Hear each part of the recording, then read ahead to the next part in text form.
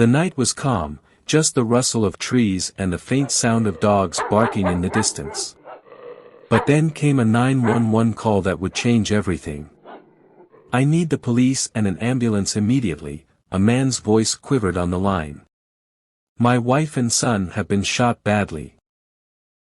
That voice belonged to Alex Murdaugh, a name revered in South Carolina's Lowcountry.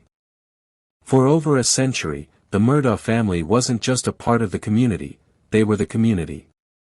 A dynasty of lawyers who held an almost mythical level of power, deciding the fate of lives, wielding justice as if it were their birthright. But on the night of June 7, 2021, as law enforcement arrived at the family's sprawling Moselle estate, the image of the untouchable Murdaughs began to crack. Maggie Murdaugh, 52 years old, was found dead. Nearby, her son Paul, just 22, lay lifeless as well. Both gunned down in a brutal, calculated act of violence. The question was, who would dare commit such a heinous crime against the family that held the community in their grasp? The answers were far from simple. What began as an investigation into a double homicide soon unraveled into one of the most shocking and complex sagas in recent history. For this wasn't just a murder case. It was a web of deception, privilege, and betrayal, one that reached back years, connecting mysterious deaths, financial crimes, and secrets the Murdaughs had worked so hard to keep hidden. Paul Murdaugh had been awaiting trial for a 2019 boating accident that claimed the life of 19-year-old Mallory Beach. There were whispers of cover-ups and influence, questions about what the family's power could buy. Then there was Gloria Satterfield, the family's beloved housekeeper, who died under mysterious circumstances in 2018. And the financial scandals, millions of dollars allegedly stolen, victims left in ruin, and an empire teetering on collapse.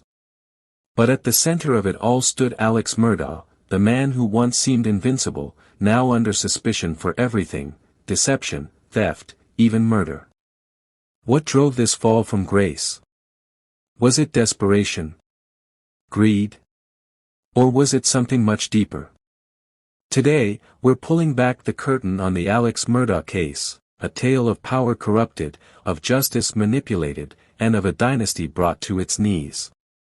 We'll take you through the rise of the Murdaugh family, the chilling sequence of events that led to the murders, the courtroom drama that gripped the nation, and the lingering questions that remain unanswered to this day. But before we begin, make sure to hit that subscribe button and turn on notifications. This is a story you won't want to miss. Like this video if you believe in uncovering the truth, and share it with others so they, too, can witness the unraveling of one of America's most powerful families. Now, let's go back to the beginning, where the Murdaugh legacy began, and where, perhaps, the seeds of its destruction were first planted. To understand the unraveling of the Murdaugh dynasty, we must first understand the legacy they built, a legacy that shaped South Carolina's Lowcountry for over a century. In 1920, Randolph Murdaugh Sr. was elected solicitor for South Carolina's 14th Judicial Circuit. This position, equivalent to a district attorney, gave him control over criminal prosecutions across 5 counties. For 86 years, this role remained in the hands of the Murdaugh family, passed down like an heirloom from father to son, 3 generations of unbroken dominance in the justice system. They weren't just lawyers, they were lawmakers, power brokers, and gatekeepers of justice. In Hampton County, their name was everything. It opened doors, silenced opposition, and commanded respect. With a handshake and a knowing glance, deals were struck, and problems disappeared. Locals referred to the region as Murdaugh Country, and for good reason. Their law firm, Peters, Murdaugh, Parker, Eltsroth, and Dietrich, grew into a behemoth specializing in personal injury cases. Massive settlements poured in, further cementing their wealth and influence. But their power wasn't limited to courtrooms. The Murdaughs had deep connections to local law enforcement and politicians, ties that allowed them to shape outcomes that would have been impossible for others. When someone crossed the Murdaughs, or even found themselves on the wrong side of their influence, there were whispers, hushed tones in small-town diners, and a knowing sense that some battles weren't worth fighting. Yet, with this immense power came fear. In small-town South Carolina, the Murdaugh name inspired awe, but also unease. People knew that their reach extended far beyond what could be seen. To many, they were untouchable, a family whose connections ensured that justice often bent in their favor. This untouchability wasn't just a perception, it was a reality shaped by decades of influence and control. And for the Murdaugh family, this legacy wasn't just about power, it was their identity. But as history has shown, empires built on unchecked power often carry the seeds of their own destruction. By the time Alex Murdaugh stepped into the spotlight as the family's leading figure, the Murdaugh dynasty had already cast a long shadow over the Lowcountry. But cracks were beginning to form, even if no one dared to speak of them outright. The family's influence was immense, but it wasn't invincible. And as we'll soon see, their carefully constructed facade would begin to crumble under the weight of its own secrets. Coming up, we uncover the first cracks in the Murdaugh legacy, the tragedies, controversies, and allegations that began to raise questions about what truly lay beneath the surface. The Murdaugh family had long been a cornerstone of the Lowcountry, a name that inspired admiration, envy, and fear. But by the mid-2010s, cracks began to appear in their carefully curated image. These weren't just whispers of impropriety or minor scandals. These were tragedies, lives lost under circumstances that raised more questions than answers. It started on a dark, rural road in 2015. Stephen Smith, a 19-year-old nursing student, was found dead, his body lying in the middle of the road. The cause of death? Initially ruled as a hit and run, but the details didn't add up. There were no skid marks, no vehicle debris, and injuries that didn't align with an accident. Stephen's death quickly became the subject of intense speculation. Locals whispered about connections to the Murdaugh family, specifically Buster Murdaugh, Alex's older son. Allegations of a secret relationship between Stephen and Buster swirled, though no formal charges or investigations ever pointed directly to the family. Still, the unanswered questions lingered, casting a long shadow over the case. Years later, in the wake of the Murdaugh scandal, Stephen Smith's case was reopened, reigniting the conversation about what truly happened on that lonely road, and whether the answers had been obscured by influence and fear. Then, in 2018, tragedy struck even closer to the Murdaugh family. Gloria Satterfield, the family's longtime housekeeper, fell on the steps of the Moselle estate. She succumbed to her injuries weeks later, leaving her family in grief, and in the dark about what had truly happened. Alex Murdaugh assured Gloria's family that he would take care of them. He encouraged them to file a wrongful death claim against him, promising that the settlement money would provide for their future. What the family didn't know was that Alex had funneled the settlement funds, totaling over $4 million, into his own bank account. For years, the Satterfield family believed justice had been served, unaware of the financial betrayal they had suffered. It wasn't until 2021, when Alex's financial schemes began to unravel, that the truth emerged. The Satterfield family, like so many others, had been victims of a man willing to exploit even the most personal of tragedies for his own gain. But it was the events of February 2019 that truly began to chip away at the Murdaugh family's untouchable reputation. On a cold, dark night, Paul Murdaugh, then 19 years old, took a group of friends out on the family boat. Witnesses would later describe Paul as intoxicated, belligerent, and reckless as he sped through the waters of Archer's Creek. At 2:20 a.m., the boat struck a piling beneath a bridge, sending several passengers overboard. 19-year-old Mallory Beach never resurfaced. Her body was found a week later, bringing heartbreak to her family and casting a harsh spotlight on the Murdaughs. Paul was charged with 3 felony counts of boating under the influence, but the investigation quickly became a lightning rod for criticism. Allegations emerged that Alex Murdaugh had tried to interfere with the case, pressuring witnesses and attempting to shift blame away from his son. Despite the charges, Paul remained free on bond, and the trial had yet to begin when tragedy struck the Murdaugh family again. 3 deaths, each connected in some way to the Murdaugh name. Questions about influence, accountability, and justice began to swirl. These weren't just isolated tragedies, they were the beginning of a series of events that would ultimately lead to the family's dramatic downfall. As we uncover the tragedies and controversies surrounding the Murdaughs, what do you think connects these events? Leave your thoughts in the comments below. June 7, 2021.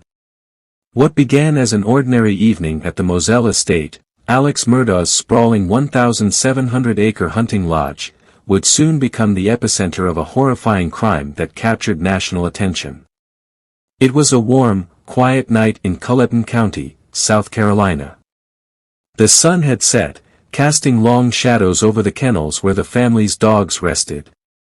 Then came the call that would change everything. "I need the police and an ambulance immediately," Alex's voice cracked. "My wife and child have been shot badly." First responders arrived at the scene to find a gruesome sight. Maggie Murdaugh, 52 years old, lay face down near the kennels, her body riddled with gunshot wounds from a high-powered rifle. Nearby, Paul Murdaugh, just 22, was slumped in a doorway, killed by 2 close-range shotgun blasts. The brutality of the scene was undeniable. This was no accident. This was an execution. The call came in just after 10 p.m., but investigators believe the murders occurred earlier that evening. Around 8:50 p.m. Alex told authorities he had been visiting his ailing mother, a story that seemed plausible at first. He claimed to have returned home to find the lifeless bodies of his wife and son. But from the very beginning, something didn't add up. Alex appeared visibly distressed, yet investigators noted inconsistencies in his statements. He claimed to have checked Maggie and Paul for signs of life, yet there were no blood stains on his clothing, a detail that raised eyebrows among law enforcement. As the investigation progressed, more questions than answers emerged. Autopsy reports revealed the sheer violence of the attack. Maggie had been shot multiple times with an AR-style rifle, the bullet striking her chest, back, and head. Paul's injuries were equally devastating. The first shotgun blast struck his chest, and the second, fatal shot obliterated his head. Ballistic evidence linked the shell casings found near Maggie's body to a rifle owned by the Murdaugh family. Meanwhile, investigators noted that Paul's wounds suggested the shooter had been standing just feet away. This wasn't a crime of passion, it was cold, calculated, and deliberate. But the most damning evidence came from Paul's own phone. Found near his body, the phone contained a video recorded just minutes before the estimated time of death. The video showed Paul filming a dog in the kennel, with Alex's voice clearly audible in the background. This contradicted Alex's claim that he hadn't been at the kennels that evening, a lie that would later become a cornerstone of the prosecution's case. As investigators pieced together the timeline, Alex's version of events began to unravel. Initially, he claimed he had last seen Maggie and Paul earlier that afternoon, but phone records and GPS data painted a different picture. Alex's cell phone pinged near the kennels at 8:44 p.m., just minutes before the murders. Additionally, Maggie's phone was found discarded on the side of the road nearly a mile from the property, an anomaly that Alex couldn't explain. Another inconsistency emerged regarding Alex's behavior after discovering the bodies. Despite his claims of grief and shock, he called multiple family members and lawyers before contacting 911, raising questions about his priorities in those critical moments. As the investigation continued, theories about the motive behind the murders began to surface. Was it financial desperation? By 2021, Alex Murdaugh was facing mounting pressure. His law firm was beginning to uncover evidence of his embezzlement, and rumors of his financial troubles were spreading. Some speculated that the murders were an elaborate attempt to garner sympathy and distract from his growing legal and financial woes. Others pointed to Paul's pending criminal trial for the 2019 boating accident that killed Mallory Beach.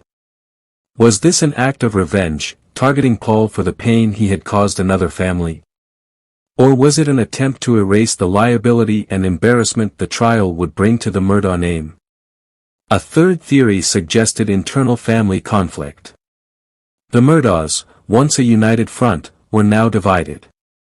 Reports emerged of tension between Maggie and Alex, with some claiming Maggie was considering separation, a move that would have threatened the family's wealth and reputation.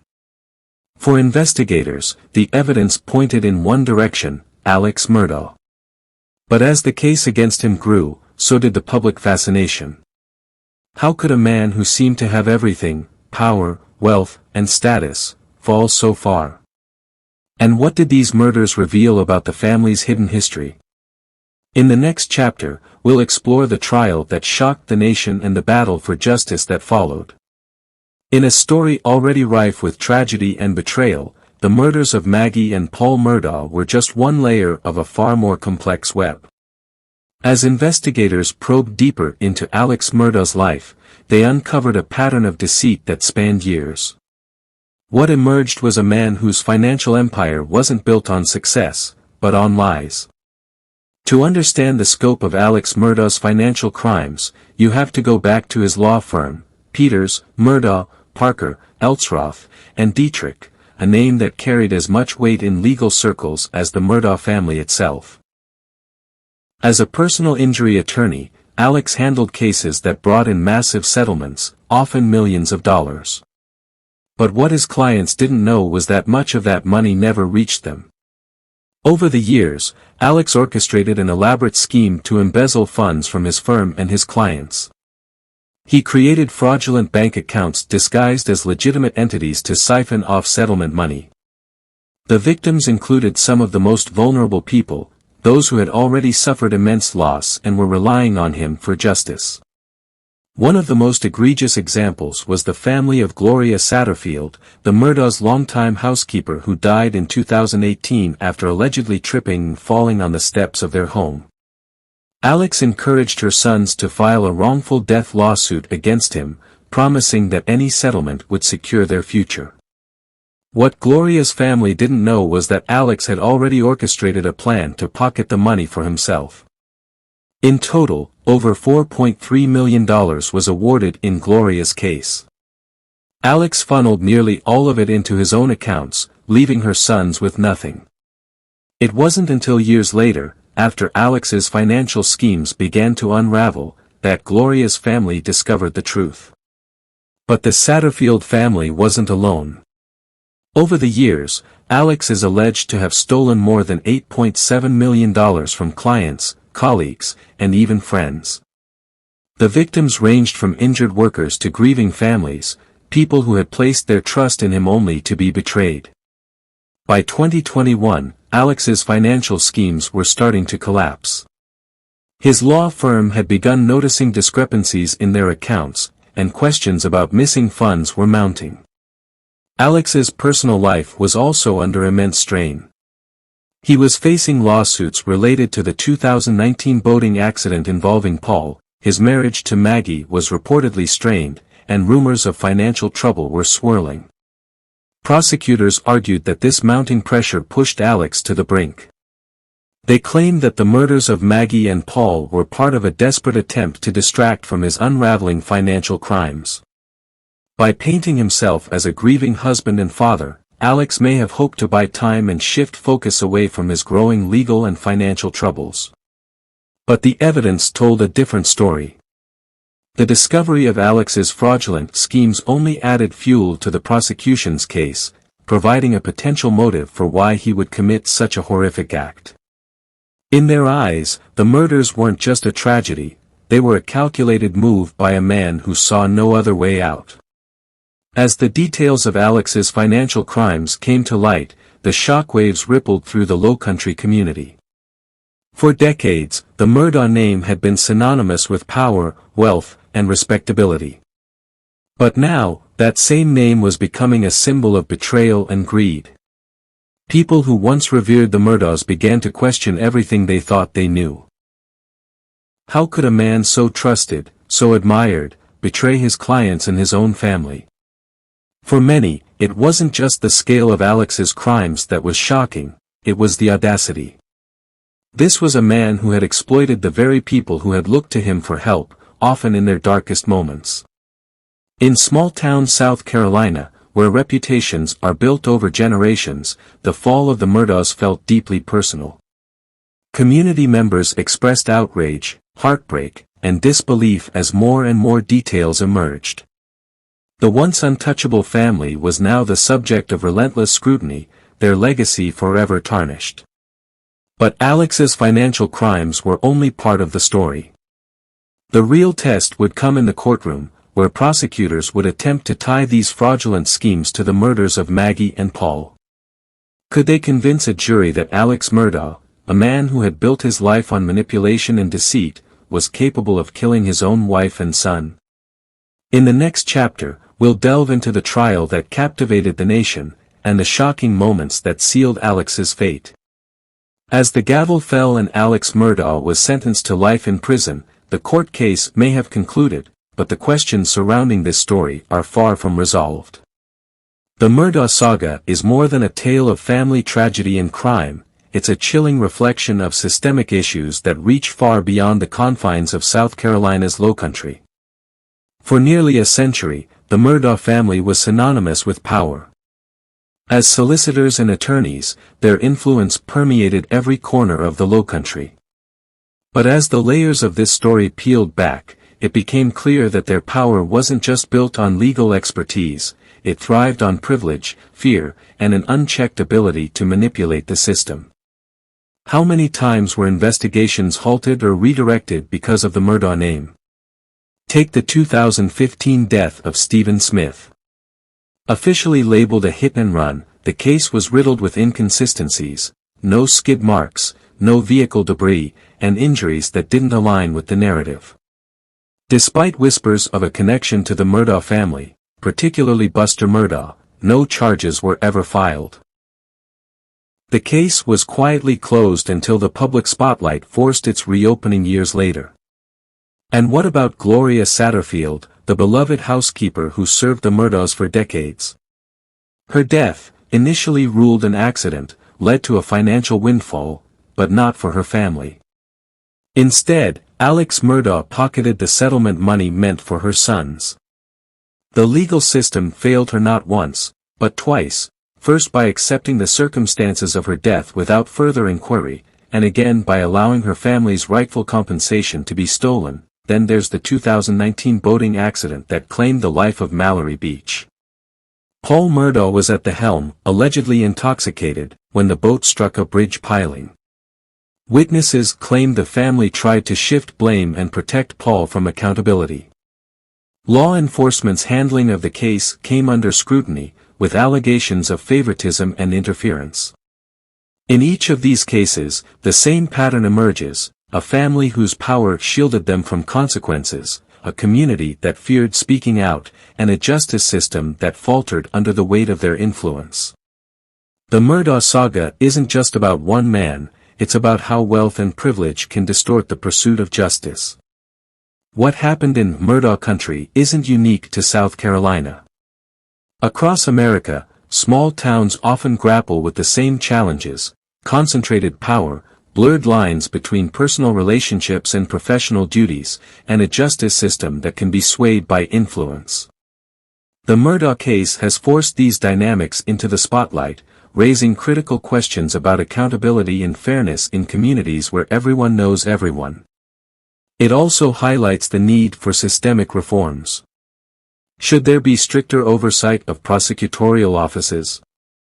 Should law enforcement in small towns be more insulated from local influence? These are questions that demand answers, not just in South Carolina but in any place where power has the potential to overshadow justice. Even with Alex Murdaugh behind bars, the story feels incomplete. Unanswered questions linger like shadows over the case. What truly happened to Stephen Smith in 2015? Although his case has been reopened, no new details have emerged, yet the suspicions about his connection to the Murdaugh family remain. Similarly, questions persist about Gloria Satterfield's death. Was it truly an accident, or was there something more sinister behind the scenes? And how many other financial crimes did Alex commit that have yet to come to light? Prosecutors have uncovered millions in stolen funds, but could there be more victims who haven't come forward? And then there's the future of the Murdaugh family.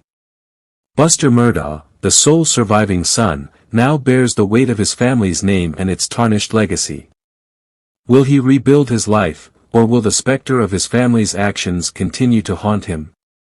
These questions remain unanswered, leaving room for speculation and debate. Ultimately, the Murdaugh case forces us to look inward, not just at the actions of one family, but at the systems that allowed their behavior to continue unchecked for so long. It's a story of power and privilege, but also of accountability and resilience. The victims' families, those of Mallory Beach, Gloria Satterfield, Stephen Smith, and even Maggie and Paul Murdaugh, refused to stay silent. Their courage in seeking justice serves as a powerful reminder that change begins with speaking out. But change requires more than just courage, it requires systemic reforms, community vigilance, and a commitment to fairness. The question is, will we learn from this case, or will it become just another headline in the long history of power corrupting justice? As we close this chapter on the Murdaugh story, the final takeaway is up to you. What lessons can we learn from this case? What changes do you think are necessary to ensure justice for all? Share your thoughts in the comments below, we want to hear from you. If this story moved you, don't forget to like this video and subscribe to our channel for more in-depth examinations of the stories that shape our society. And if you want to stay updated on the latest developments in this case and others like it, turn on notifications. Together, we can keep the conversation going and ensure the pursuit of justice doesn't end here. The story of Alex Murdaugh is one that will be remembered for generations. It began as a tale of power and privilege, a family dynasty that stood at the pinnacle of South Carolina's Lowcountry. But it unraveled into a cautionary story of deception, betrayal, and unimaginable tragedy. From the deaths of Stephen Smith, Gloria Satterfield, and Mallory Beach, to the brutal murders of Maggie and Paul, and the financial crimes that left countless victims in their wake, the Murdaugh case has become more than just a true crime saga.